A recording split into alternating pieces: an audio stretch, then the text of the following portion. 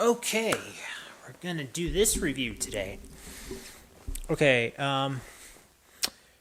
what's it called again? No, I know I should smile. That's what I'm gonna do. Oh, Oh, okay. The album cover is called Smile. Okay. Ah!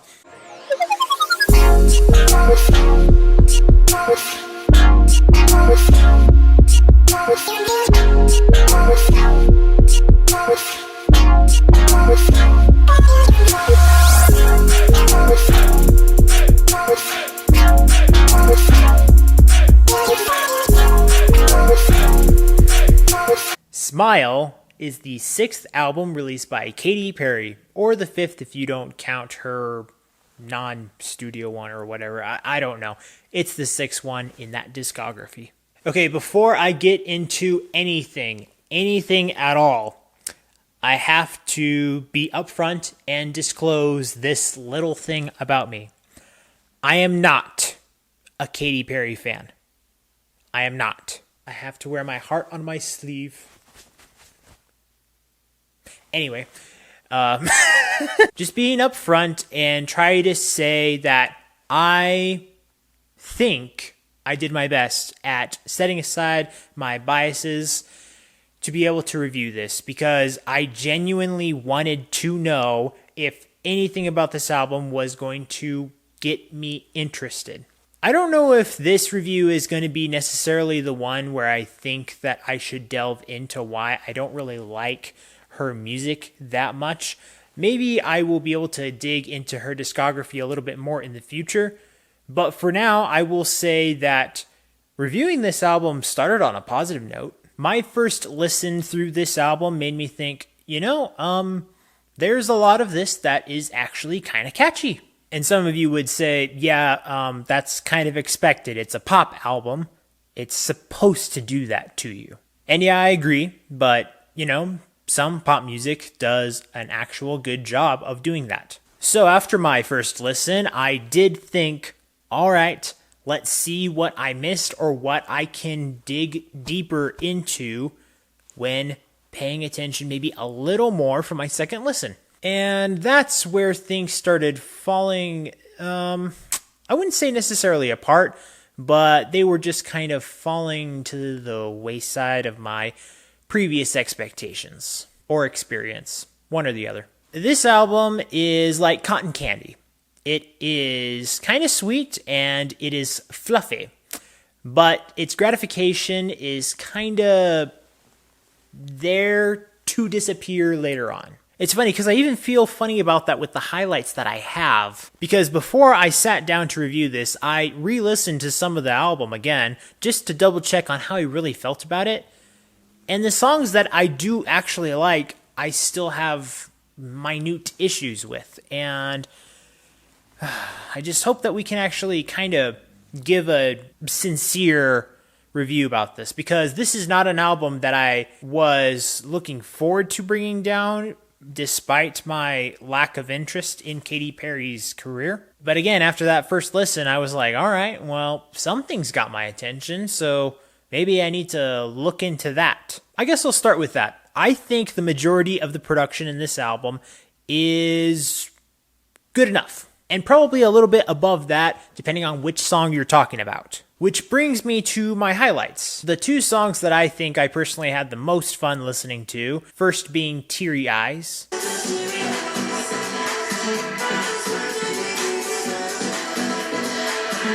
Good. If I got an instrumental version of this album, I would really be happy about that.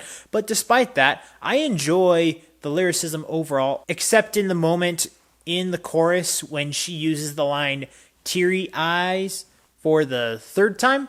That one just kind of drags out a little bit awkwardly for me. I think the vocals could have been sung at different notes at that point in the chord that was played, but that's just kind of my personal speculation. I think it could have been done better, but beyond that, that's a kind of minute thing for the rest of the song that, surprisingly, I had a good time listening to. And the next song is the title track, Smile.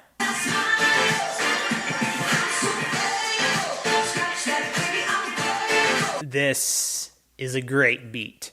This one might be my favorite beat, actually. The only thing that I couldn't really get out of this one is the vocals feel somewhat diminished in the production.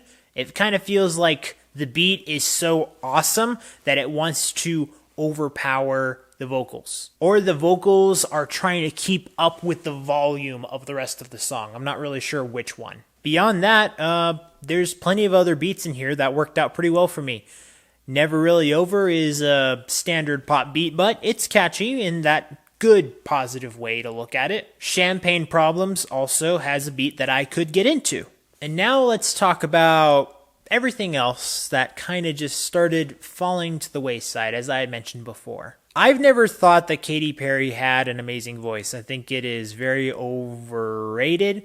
I don't think she is singing necessarily out of tune. I just think she has a semi-generic voice that I feel like we could mistake for someone else. I feel like she kind of has a voice that is meant to be in the 80s. We just happen to have production that makes it sound like it's a modern kind of voice.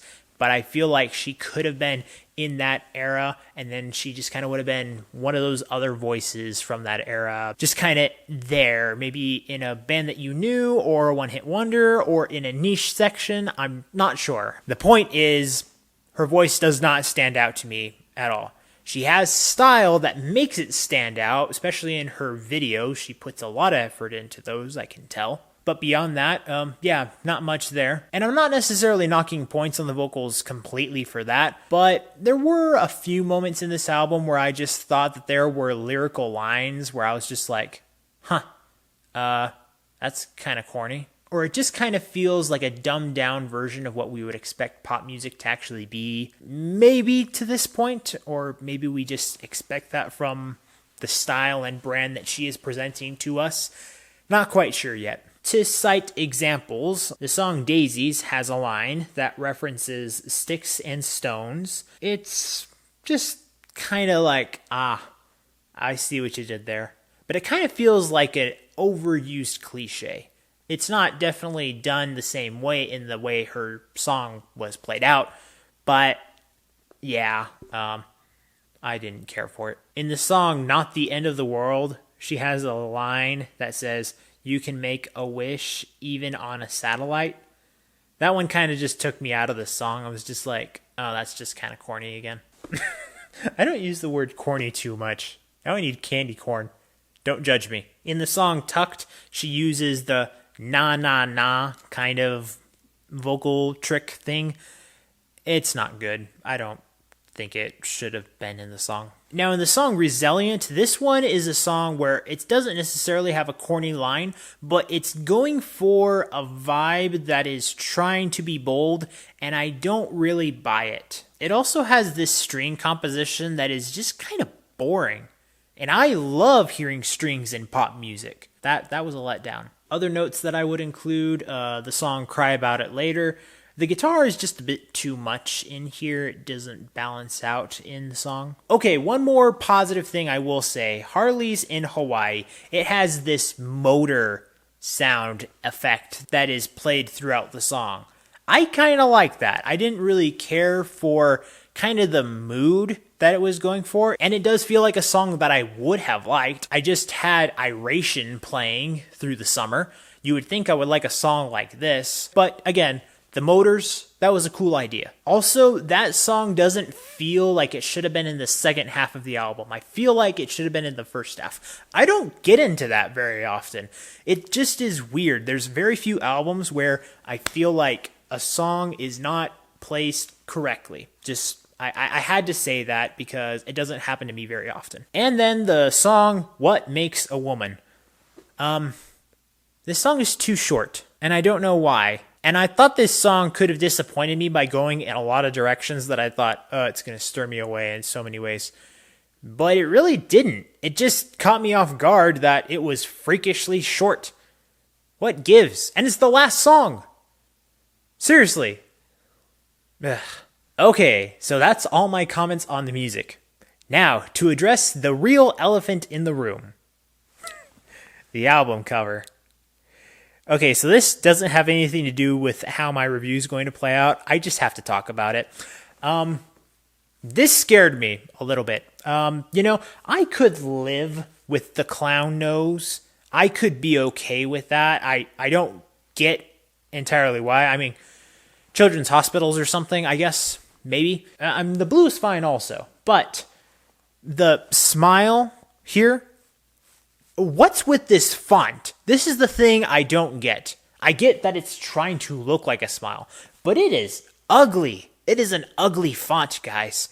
She could have done so many other things that would just have made this album look more enticing. I don't need to rant too much more about that. I just really needed to get that out there, okay? Just saying that real quick. Okay, guys, so after having listened and reviewed this album, I'm going to give production a B-. I'm going to give creativity a D, and I'm going to give expression and lyrics a C.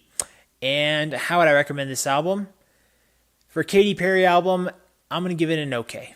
That production is saving it. I thought that she was doing something that would get me in, but again, cotton candy. It's there, and it's gone. Like, you don't care about it anymore. And it costs you some money along with it.